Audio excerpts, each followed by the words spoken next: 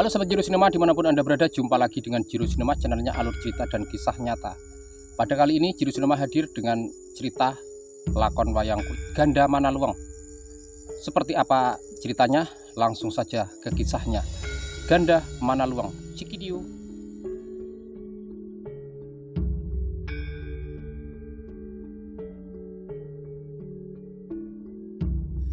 Prabu Pandu Dewanata di Astina mengadakan pasewakan agung yang dihadiri oleh Adipati Destarasta, Dewi Gandari, Resi Krepa, Raden Yamawidura, Patih Gandamana, dan Raden Arya Soman.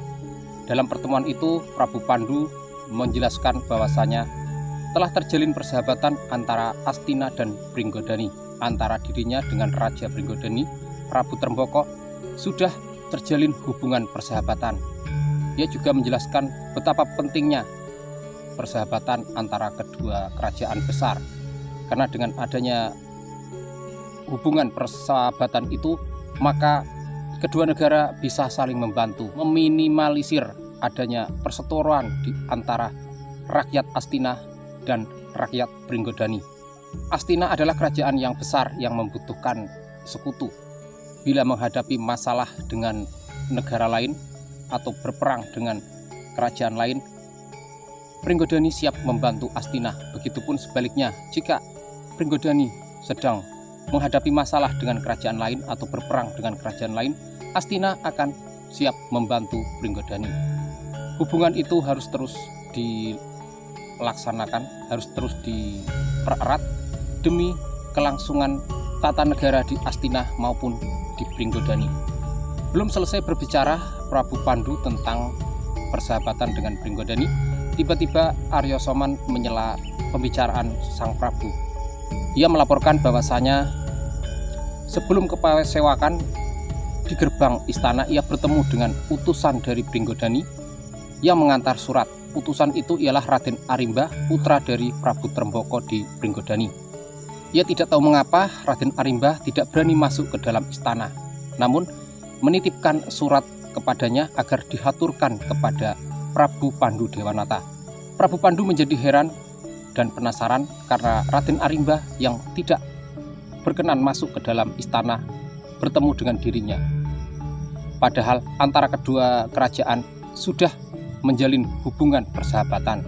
Kemudian Arya Soman memberikan surat kepada Prabu Pandu. Prabu Pandu menerimanya. Kemudian dengan penasaran ia membuka surat dan membacanya. Prabu Pandu Dewanata tersentak kaget setelah membaca isi surat dari Prabu Tremboko. Ternyata isi surat dari Prabu Tremboko ialah bahwasanya Prabu Tremboko memutuskan tali persahabatan dengan Astina. Pringgodani adalah kerajaan yang besar, kerajaan yang mandiri, kerajaan yang bebas berperang dengan manapun. Bahkan suatu saat bisa saja menyerang Astina.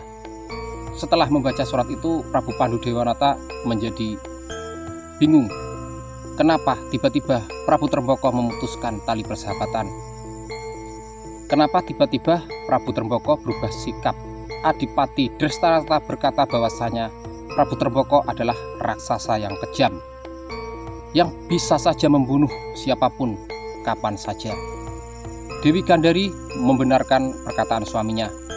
Ia juga menjelaskan bahwasanya Prabu Tremboko putra dari Prabu Kuramba, pendiri Pringgodani.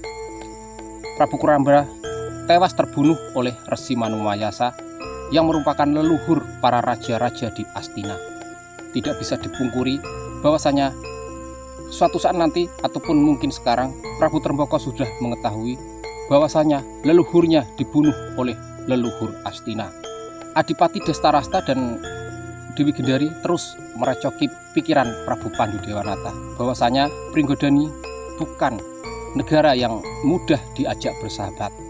Negara yang pada umumnya dihuni oleh para raksasa itu tidak akan mudah begitu saja menyerahkan diri dan tidak mau direndahkan oleh kerajaan manapun termasuk Astina. Raden Yamawidura memberikan pendapat kepada Prabu Pandu agar tidak gerusa-gerusu, harus mencari sebab permasalahan ini, harus benar-benar mengoreksi surat dari Prabu Tremboko.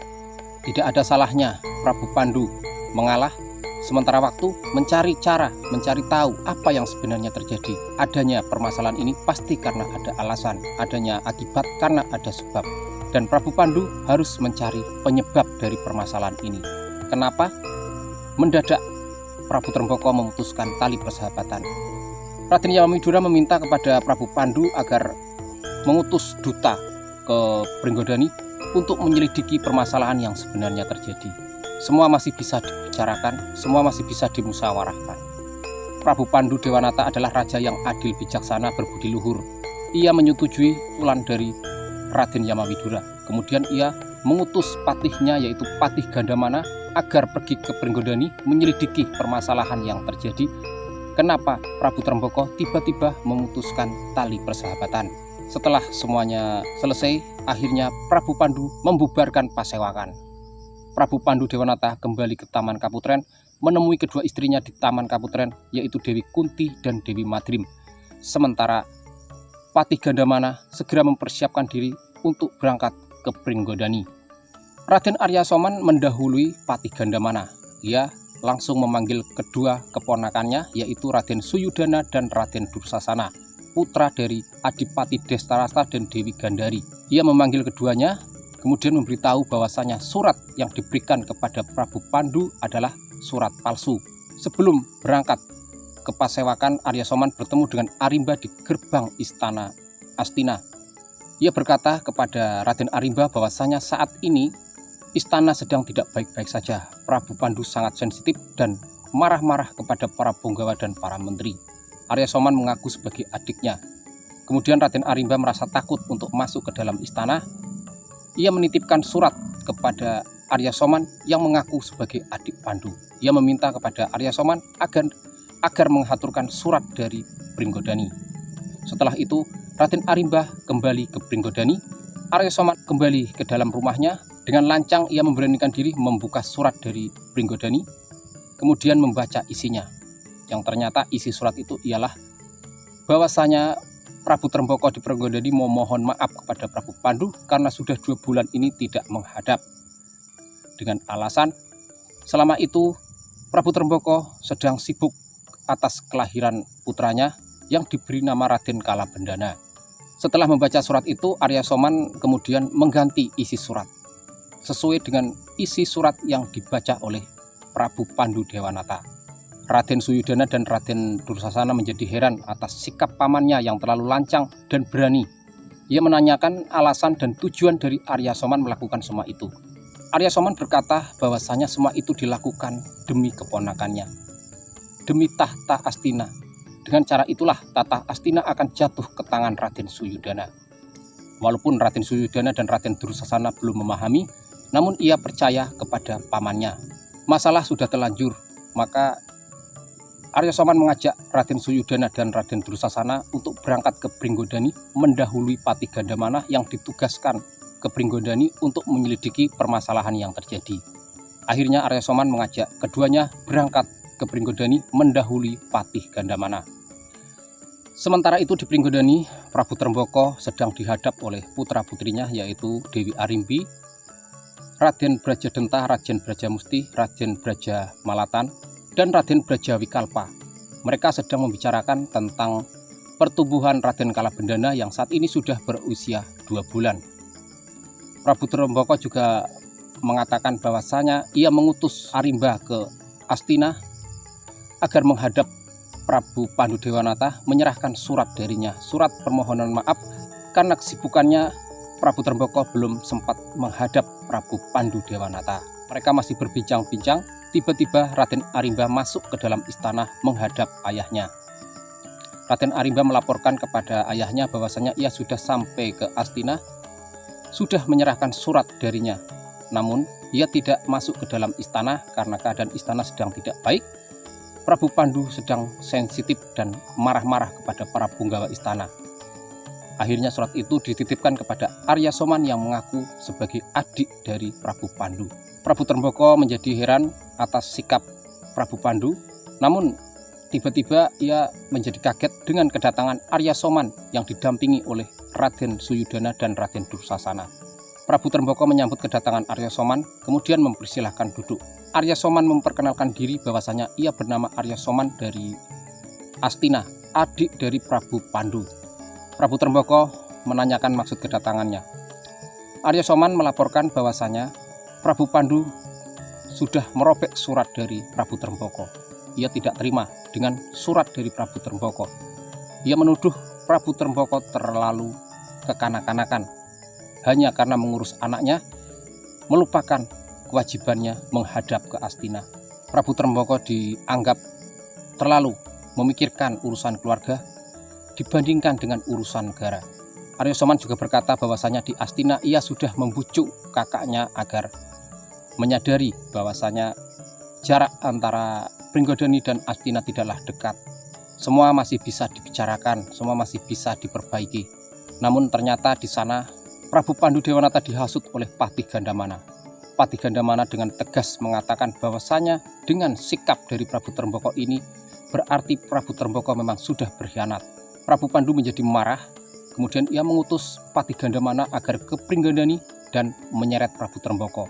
Maka dari itu Arya Soman mendahului Patih Gandamana sebelum sampai ke Pringgodani, menyampaikan apa yang menjadi tujuan dari Prabu Pandu agar Prabu Tremboko tidak menjadi korban, agar Prabu Tremboko mengetahui sebelum Patih Gandamana sampai ke Pringgodani.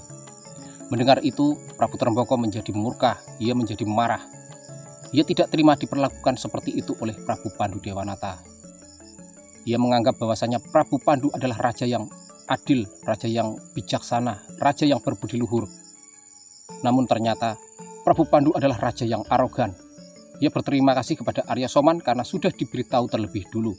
Prabu Tremboko segera mengutus, memerintahkan kepada putranya Raden Arimbah agar membawa pasukan dari Pringgodani menghadang Patih Gandamana, jangan dibiarkan masuk sampai ke istana Pringgodani. Setelah itu Raden Arimbah segera undur diri, mengerahkan pasukan sebanyak-banyaknya menghadang langkah dari Patih Gandamana. Patih Gandamana menjadi terkejut ketika tiba-tiba langkahnya dihadang oleh para raksasa-raksasa dari Pringgodani yang tanpa banyak kata langsung menyerangnya. Patih Gandamana yang memiliki kesaktian luar biasa langsung menghindar. Ia melawan namun tidak memberikan perlawanan, mengelak dan menghindar karena ia tetap menjunjung kedamaian. Maksud kedatangannya bukan untuk berperang tapi untuk meluruskan masalah yang sedang terjadi. Namun karena tertekan, akhirnya ia melawan, memberikan perlawanan walaupun tidak membunuhnya. Ketika Patih Gandamana melawan, para raksasa-raksasa itu terdesak. Akhirnya Arya Soman memanggil Raden Arimbah. Ia berkata kepada Raden Arimbah bahwasanya untuk menghadapi Patih Gandamana harus menggunakan tipu muslihat. Patih Gandamana patih yang sangat sakti mandraguna yang tidak mudah untuk dikalahkan.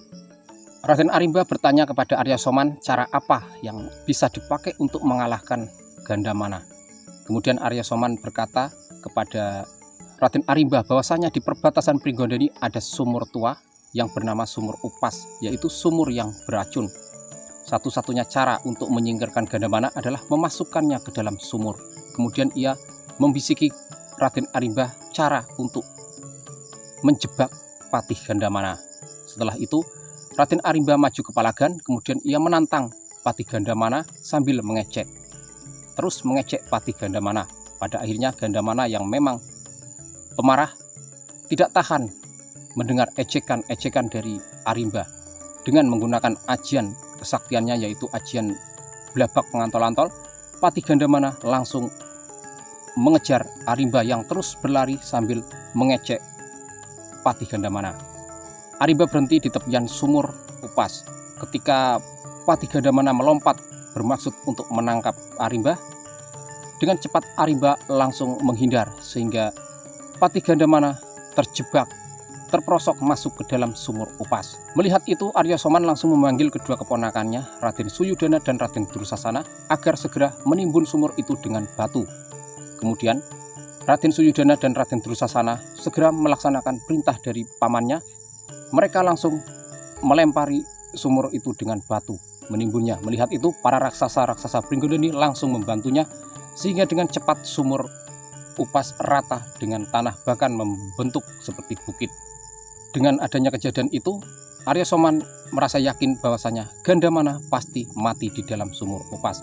Apabila ia tahan dengan gas beracun di dalam sumur, tapi ia tidak akan tahan dengan timbunan batu yang begitu kuat. Raden Arimba berterima kasih kepada Arya Soman karena sudah membantu menyingkirkan Gandamana. Kemudian Raden Arimba mengajak Arya Soman agar ke Pringgodani menikmati sajian dari Pringgodani, namun Arya Soman menolaknya. Ia dan dua keponakannya harus kembali ke Astina sebelum orang-orang Astina mencurigainya. Raden Arimba mengerti. Kemudian ia melepas kepergian Arya Soman. Setelah itu para raksasa bubar kembali ke istana Pringgodani. Mereka tidak menyadari bahwasanya sebenarnya Raden Yamawidura, Raden Bratasena, Raden Permadi, dan para punakawan sebenarnya mengintai perbuatan mereka. Setelah para raksasa pergi, Raden Yamawidura langsung mendekati sumur Upas. Raden Bratasena tidak sabar. Ia ingin saja mengejar Arya Soman, namun dilarang oleh Raden Yamawidura karena menyelamatkan Patih Gandamana lebih penting. Untuk masalah Arya Soman bisa diatasi nanti apabila sudah kembali ke Astina. Yamawidura akan menjadi saksi atas kejahatannya. Kemudian Yamawidura menyuruh Raden Bratasena dan Raden Permadi agar mengangkati batu yang menimbun sumur Upas. Raden Bratasena dan Raden Permadi langsung menuruti perintah dari Raden Yamawidura. Mereka mengangkati batu. Namun tiba-tiba seorang pendeta datang ke tempat itu dan melarang Raden Bratasena agar menghentikan pekerjaannya. Pendeta Sakti itu berkata bahwasanya Raden Bratasena jangan melakukan pekerjaan itu karena akan menjadi korban. Sumur itu sumur beracun. Pendeta Sakti itu mengaku bernama Resi Guna Bantala dari Padepokan Argogumulun. Ia bersedia membantu menyelamatkan atau mengeluarkan Gandamana dari dalam sumur Upas. Namun ia meminta kepada Raden Yamawidura agar memenuhi permintaannya. Raden Yamawidura berjanji akan memenuhi permintaan dari Resi Guna Bantala. Kemudian setelah itu Resi Guna Bantala matak aji membaca mantra, memejamkan mata. Dalam sekejap mata Resi Guna Bantala berubah wujud menjadi landak putih. Setelah berubah wujud, landak putih itu langsung menggali tanah di sekitaran sumur tanpa mengangkati batu, tanpa menyingkirkan batu-batu yang menimbun sumur Upas. Raden Yamawidura dan Raden Bratasena menjadi cemas. Namun kecemasan mereka berubah ketika tiba-tiba landak putih itu berhasil kembali dengan menyeret tubuh Gandamana. Setelah sampai di hadapan Raden Yamawidura, landak putih itu kembali ke wujud semula, yaitu ke wujud Resi Guna Bantala. Resi Guna Bantala memejamkan mata, mulutnya komat-kamit membaca mantra, sementara tangannya ditaruh di dada Patih Gandamana. Tiba-tiba Patih Gandamana siuman, bangun seperti sedia kala. Kemudian Patih Gandamana mengucapkan terima kasih kepada Resi Guna Bantala dan juga kepada Raden Yamawidura. Raden Yamawidura menceritakan kepada Patih Gandamana bahwa apa yang sebenarnya terjadi, bahwasanya semua itu tipu muslihat dari Arya Soman. Arya Soman mendahului Patih Gandamana ke Pringgodani. Arya Soman memberitahu kepada orang-orang Pringgodani bahwasanya Patih Gandamana akan datang ke Pringgodani, sehingga mereka sudah bersiap-siap, sudah bersiaga terlebih dulu. Patih Gandamana menjadi marah. Namun Yamawidura menyadarkan sahabatnya bahwasanya kelak di pengadilan ia akan bersaksi atas kejahatan yang dilakukan oleh Arya Soman. Kemudian mereka berencana untuk kembali ke Astina sebelum Arya Soman sampai ke Astina. Namun tiba-tiba Resi Guna Bantala menagih janji Raden Yamawidura yang tadi sudah berkata bahwasanya sanggup memenuhi permintaan dari Resi Guna Bantala. Raden Yamawidura teringat, kemudian ia meminta kepada Resi Guna Bantala agar mengatakan permintaan apa yang harus dipenuhinya. Resi Guna Bantala bercerita bahwasanya di pertapaan Argogumulun ia memiliki seorang putri yang bernama Endang Sindowati. Ia bermimpi bahwasanya menikah dengan Raden Yamawidura. Sebagai seorang ayah, Resi Guna Bantala bertekad untuk mewujudkan mimpi itu, sehingga ia berkelana mencari keberadaan Raden Yamawidura. Raden Yamawidura berkata kepada sang resi bahwasanya ia sudah beristri, sudah memiliki istri yang bernama Dewi Padmarini, putra Adipati Dipacandra dari Pagombakan. Bahkan saat ini mereka sudah memiliki putra yang bernama Sanjaya. Resi Gunabantala tidak mempermasalahkan itu. Bahkan putrinya rela dimadu. Demi memenuhi impiannya itu, ia mengharapkan Raden Yamawidura agar bersedia menikahi putrinya, yaitu Endang Sindowati. Raden Yamawidura menjadi bingung, kemudian ia meminta saran kepada Ki Lurah Semar Badranaya.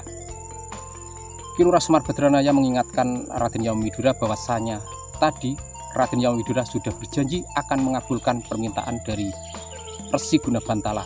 Sebagai seorang kesatria, Raden Yamawidura harus memenuhi janji itu, harus menepati kata-katanya. Pada akhirnya Raden Yamawidura bersedia menikah dengan putri Resi Gunabantala, yaitu Endang Sindowati, di Padepokan Argokemulun. Setelah terjadi kesepakatan, akhirnya rombongan dibagi menjadi dua. Rombongan Gandamana dan Bratasena kembali ke Astina, sementara Yamawidura, Raden Permadi dan para punakawan pergi ke Argokemulun untuk melaksanakan pernikahan dengan Endang Sindowati. Arya Soman sampai di Astina kemudian langsung menghadap Prabu Pandu, yang saat itu Prabu Pandu sedang bersama dengan Adipati Destarasta dan Dewi Gandari. Di hadapan Prabu Pandu, Arya Soman melaporkan bahwasanya Gandamana diserang oleh para wadyabala Pringgodani. Arya Soman memohon maaf karena sudah lancang ikut Gandamana ke Pringgodani.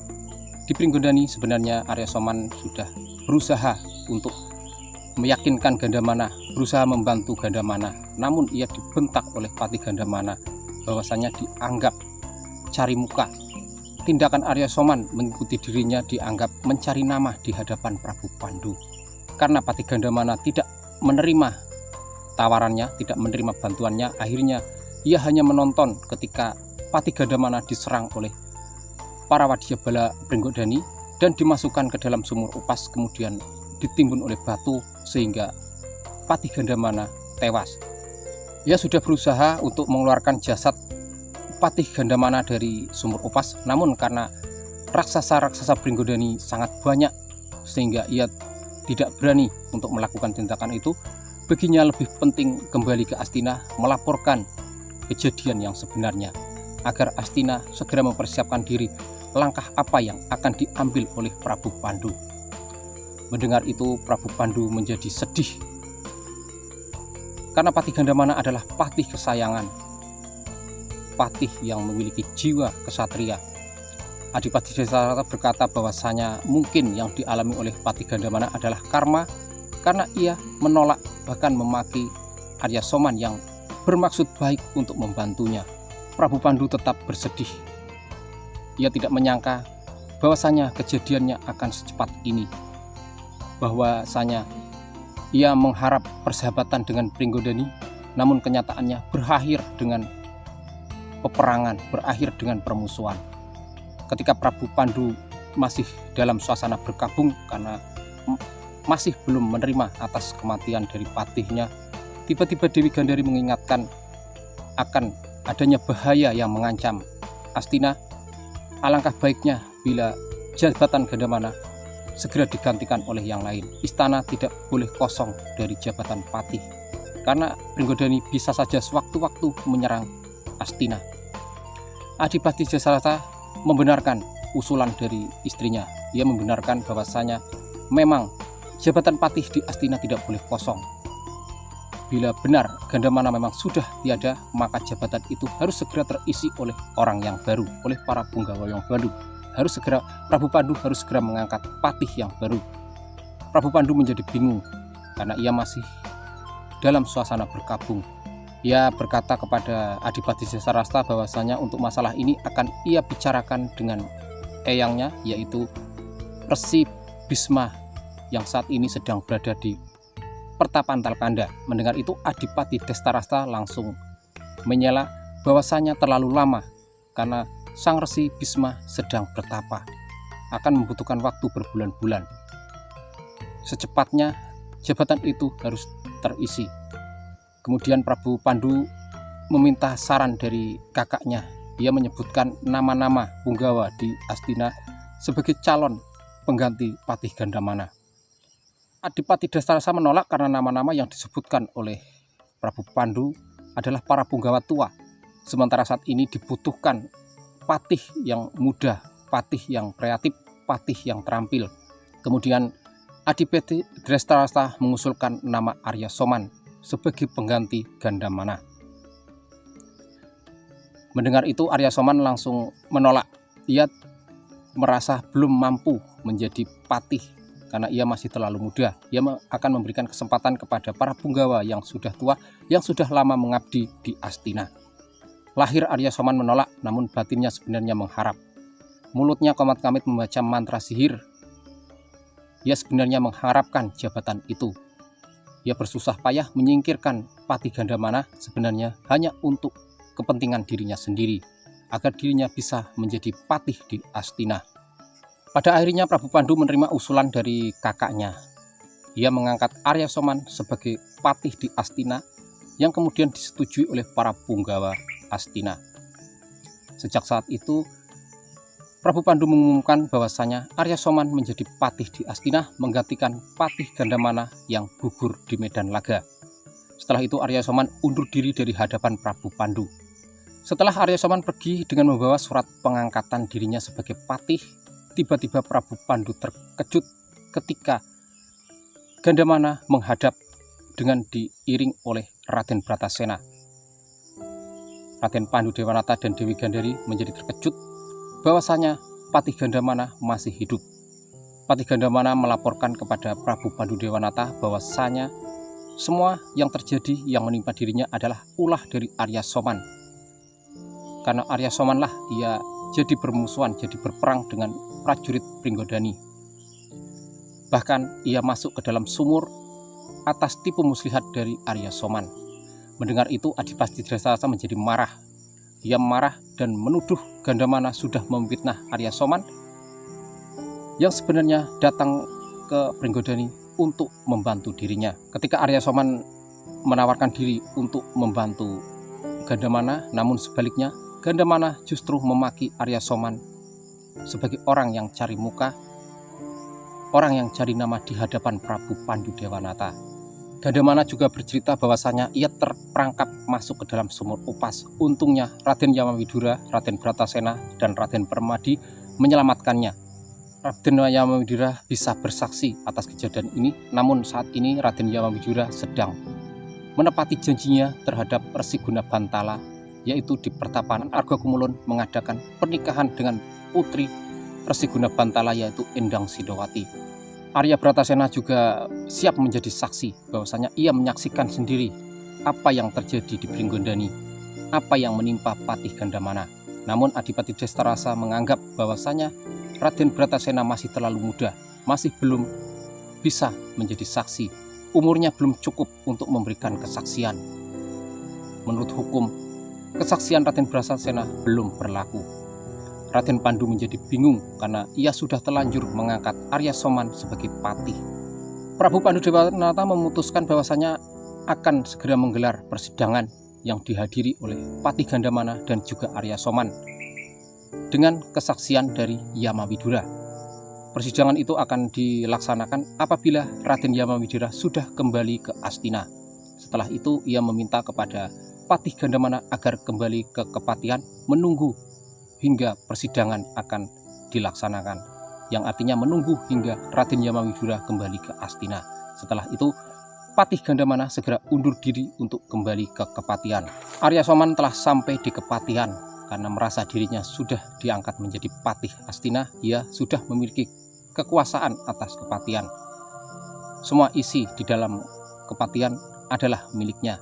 Masuk ke wisma kepatihan dengan sombong dan angkuh. Disitulah ia bertemu dengan Dewi Setiorini, istri dari Patih Gandamana. Ia mengabarkan kepada Dewi Setiorini bahwasanya Patih Gandamana sudah gugur, sudah tewas kalah perang dengan para raksasa Pringgondani. Mendengar itu, Dewi Setiorini menjadi sangat sedih. Ia menjadi shock. Ia ambruk ke lantai sambil menangis. Arya Soman sengaja menghiburnya. Ia merayu Dewi Setiorini bahwasanya Patih Gandamana gugur sebagai pahlawan. Sudah tidak perlu disesali, tidak perlu ditangisi. Yang sudah tiada, biarlah. Kemudian Arya Soman meminta kepada Dewi Setiorini walaupun Gandamana sudah tidak menjadi patih lagi, yang artinya Dewi Sri ini bukan lagi menjadi istri patih di Astina, ia tetap mempertahankan Dewi Sri ini agar tetap tinggal di kepatihan. Mendengar itu, Dewi Sri ini menjadi heran. Ia segera menanyakan maksud dari perkataan Arya Soman. Kemudian Arya Soman menjelaskan bahwasanya daripada pergi, lebih baik tetap tinggal di kepatihan menjadi istrinya. Arya Soman bermaksud ingin memperistri Dewi Setiorini, tetap mengangkat Dewi Setiorini, bahwasanya dulu Dewi Setiorini tetap istri patih, maka selanjutnya ia juga akan menjadi istri patih. Arya Soman juga berjanji akan memberikan kemuliaan, memberikan apa yang diminta oleh Dewi Setiorini, namun Dewi Setiorini menolak, bahwasanya ia lebih baik mati daripada mengikuti Arya Soman. Ia lebih baik hidup tinggal di dekat kuburan suaminya daripada hidup bersama dengan Arya Soman. Mendengar itu Arya Soman menjadi geram, menjadi marah, ia tersinggung karena ia merasa lebih tampan daripada Gandamana, namun Dewi Setiorini tidak mau menerimanya. Akhirnya Arya Soman memaksa Dewi Setiorini agar bersedia melayaninya. Dewi Setiorini tetap menolak, ia tetap tidak menerima tawaran ataupun ajakan dari Arya Soman. Walaupun Arya Soman sekarang menjadi patih, namun Dewi Setiorini tidak akan pernah mau berhubungan dengan Arya Soman. Ia lebih baik pergi meninggalkan kepatihan daripada hidup bersama dengan Arya Soman. Arya Soman menjadi marah. Kemudian ia memaksa Dewi Setiorini agar bersedia melayaninya. Walaupun ia tidak bersedia menjadi istrinya, namun ia harus bersedia melayaninya. Karena saat ini Arya Soman menjadi patih, memiliki kekuasaan penuh atas kepatihan, yang artinya Dewi Setiorini sekarang tinggal di kepatihan, yang artinya harus mau melayaninya. Mendengar itu Dewi Setiorini menjadi sangat geram, menjadi sangat marah. Hari ini ia bersedih karena kabar kematian suaminya. Namun Arya Soman terlalu sembrono, terlalu murang toto, tidak menghargai perasaannya yang sedang bersedih, sedang berkabung. Arya Soman terus mengejarnya, terus membujuknya, bahkan terus memaksanya agar melayaninya. Karena Dewi Setiorini terus menghindar, Arya Soman akhirnya nekat ingin memperkosa Dewi Setiorini. Menghadapi itu, Dewi Setiorini langsung menghunus keris kecil. Ia menghadang Arya Soman. Apabila Arya Soman berani mendekat, maka ia akan menusukkan keris itu ke tubuhnya. Ia lebih memilih mati daripada melayani nafsu birahi, nafsu bejat dari Arya Soman. Arya Soman meminta kepada Dewi Setiorini agar membuang keris itu karena tidak bagus. Lebih baik mereka merayakan kemenangan. Namun Dewi Setiorini menjadi tersinggung mendengar perkataan dari Arya Soman. Ketika Arya Soman mendekat dan terus mendekat dan ingin menangkap Dewi Setiorini, dengan cepat Dewi Setiorini menusukkan keris kecil ke dalam perutnya, sehingga Dewi Setiorini ambruk jatuh ke lantai. Melihat itu, Arya Soman menjadi terkejut. Ia mundur beberapa langkah. Namun belum sempat ia lari meninggalkan kepatihan, tiba-tiba langkahnya dihentikan oleh Gandamana. Ia menjadi tersentak kaget melihat Gandamana yang ternyata masih hidup. Melihat itu, Gandamana dengan geram langsung menghajar Arya Soman. Ia menangkap tangannya, kemudian dengan sangat kejam ia menghajar Arya Soman, merobek mulutnya, mematahkan tangannya, dan juga menghajar tubuhnya hingga babak belur. Arya Soman berusaha melawan, namun kekuatan Arya Soman tidak sebanding dengan patih Gandamana. Gandamana terus mengejar tanpa ampun. Ia memang sudah geram dan sudah sangat-sangat tidak sanggup menahan kemarahannya. Arya Soman menjerit-jerit. Ternyata hajaran dari Gandamana merubah wujud Arya Soman yang semula tampan berubah wujud menjadi buruk rupa. Mulutnya sobek, matanya melotot, punggungnya bongkok. Arya Soman merintih-rintih kesakitan, dia terus mengerang-erang. Sementara itu di luar, keponakannya Raden Suyudana dan Raden Dursasana mendengar teriakan dan jeritan dari pamannya. Mereka langsung segera masuk melihat pamannya sedang dihajar oleh Gandamana. Raden Suyudana dan Raden Dursasana langsung merebut dan membawanya kabur. Raden Suyudana dan Raden Dursasana menggotong tubuh pamannya. Sementara Gandamana langsung menangisi kepergian istrinya. Ia langsung membopong tubuh istrinya, membawanya ke istana, mengadu kepada Prabu Pandu Dewanata. Prabu Pandu Dewanata terkejut melihat Raden Suyudana dan Raden Dursasana menggotong tubuh pamannya yang sudah berubah wujud menjadi buruk rupa. Melihat itu Dewi Gandari langsung menangis memeluk adiknya. Ia bertanya apa yang terjadi. Arya Soman berkata bahwasanya ia dihajar oleh Gandamana di kepatihan. Gandamana menyerangnya dengan membabi buta tanpa ampun. Arya Soman merintih-rintih memohon keadilan kepada Prabu Pandu. Ia meminta kepada Prabu Pandu agar menghukum Gandamana. Tidak lama kemudian datang ke pasewakan itu Gandamana dengan menggendong jasad istrinya. Kemudian ia bersimpuh di hadapan Prabu Pandu. Di hadapan Prabu Pandu, Gandamana mengakui kesalahannya karena sudah main hakim menghajar Arya Soman hingga babak belur. Namun ia juga meminta keadilan karena istrinya mati karena perbuatan Arya Soman. Dengan adanya kejadian ini, Gandamana bersedia menerima hukuman apapun dari Prabu Pandu Dewanata. Adipati Destarasa dan Dewi Gandari mengusulkan hukuman mati untuk Gandamana. Kemudian Prabu Pandu menimbang-nimbang permasalahan yang terjadi. Ia menyatakan bahwasanya Gandamana bersalah karena sudah main hakim sendiri. Namun di sisi lain ia juga melihat jasad istri dari Gandamana yang terbujur kaku. Istri Gandamana meninggal karena perbuatan dari Arya Soman. Prabu Pandu yang linglung karena mantra dari Arya Soman tidak bisa berbuat banyak. Ia menolak hukuman mati yang diusulkan oleh Adipati Destarasa dan Dewi Gandari, namun ia memberikan hukuman buang. Ia menghukum Gandamana agar pergi dari Astina, dari wilayah Astina. Selamanya Gandamana dilarang menginjakan kaki di bumi Astina. Setelah mendengar itu, Gandamana langsung berpamit kepada Prabu Pandu bahwasanya ia akan pergi meninggalkan Astina. Kemudian ia membopong jenazah istrinya, membawanya pergi meninggalkan istana Astina. Langkah dari Gandamana dihentikan oleh Bratasena. Raden Bratasena memohon kepada Gandamana agar pergi, namun Gandamana bersikeras bahwasanya ia sudah melakukan kesalahan dan ia sudah menerima hukuman dari Prabu Pandu, hukuman buang. Bagaimanapun juga ia harus pergi meninggalkan Astina. Ia akan kembali ke negeri asalnya, yaitu Pancala. Ia berpesan kepada Raden Bratasena agar tetap waspada dan hati-hati, selalu melindungi ayahnya dalam memimpin tahta di Astina karena banyak musuh yang berasal dari dalam istana. Ia berharap bahwa suatu saat nanti akan bertemu lagi dengan Raden Bratasena.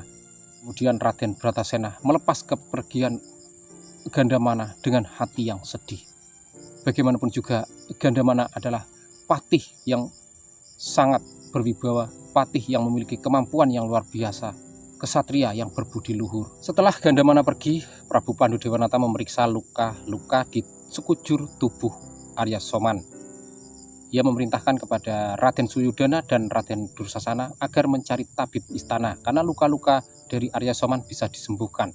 Luka-luka bisa disembuhkan, namun wajah atau bentuk yang berubah tidak bisa disembuhkan. Maka dari itu, ia bertanya kepada Arya Soman apa yang sebenarnya terjadi. Kemudian Arya Soman bercerita bahwasanya ia sudah di kepatihan mengabarkan berita bahwasanya Patih Gandamana mati. Ia mengabarkan berita itu kepada istri Gandamana yang bernama Dewi Setiorini. Dewi Setiorini menjadi sedih. Kemudian Arya Soman mencoba menghibur Dewi Setiorini agar tidak pergi meninggalkan kepatihan dan tetap tinggal di kepatihan karena Arya Soman berjanji akan menikahinya. Arya Soman berjanji akan mengurus janda Gandamana. Namun yang terjadi, Dewi Setiorini justru nekat bunuh diri. Dan hal itu Gandamana datang tanpa bertanya langsung menghajarnya, sehingga ia tidak bisa membela diri ataupun tidak bisa menjelaskan apa yang sebenarnya terjadi sehingga Dewi Setiorini mati. Ia terlanjur sudah dihajar hingga babak belur, bahkan hingga buruk rupa. Sebagai peringatan atas peristiwa ini, Prabu Pandu mengganti nama Arya Soman menjadi Sengkuni yang berasal dari kata Saka dan Uni yang berarti ucapan. Semua ini terjadi ataupun Arya Soman mengalami hal seperti ini karena akibat dari ucapannya sendiri. Sejak saat itu, Arya Soman berganti nama menjadi Sengkuni dan terkenal menjadi Patih Sengkuni yang berasal dari ucapan Sengkuni yang berubah wujud berubah wujud menjadi buruk rupa karena ucapannya sendiri yang mengabarkan bahwasanya Gandamana sudah gugur, sudah mati. Pada kenyataannya Gandamana masih hidup. Gandamana sudah menjalani hukuman dari Prabu Pandu Dewanata, yaitu hukuman buang. Ia sudah pergi meninggalkan Astina. Gandamana sudah pergi jauh meninggalkan Astina ketika Prabu Pandu menyadari apa yang sebenarnya terjadi, yaitu ketika Raden Yamawidura sudah sampai di Astina. Prabu Pandu menyadari bahwasanya semua ini terjadi karena tipu muslihat dari Arya Soman. Semua ini terjadi jebakan dari Arya Soman, sehingga Patih Gandamana menjadi korban. Prabu Pandu menjadi sedih. Ia menjadi menyesal karena sudah terburu-buru dalam mengambil keputusan. Ia bermaksud ingin mengejar Gandamana agar kembali ke Astina, namun Raden Yamawidura langsung melarangnya. Bahwasanya Prabu Pandu adalah raja, seorang raja, Sabda Pandita Ratutan Kenawalawali. Apa yang sudah diucapkannya, apa yang sudah menjadi keputusannya tidak bisa ditarik kembali. Prabu Pandu sudah mengeluarkan keputusan bahwasanya Gandamana dilarang menginjakan kaki di bumi Astina selamanya. Maka selamanya Raden Gandamana tidak berhak menginjakan kaki di bumi Astina. Akhir cerita, Prabu Pandu menjadi sangat menyesal karena sudah termakan tipu muslihat oleh Arya Soman. Oke sobat Jiro Cinema, sampai di sini dulu kisah Gandamana Luang. Saksikan kisah Jiro selanjutnya. Cikidiu.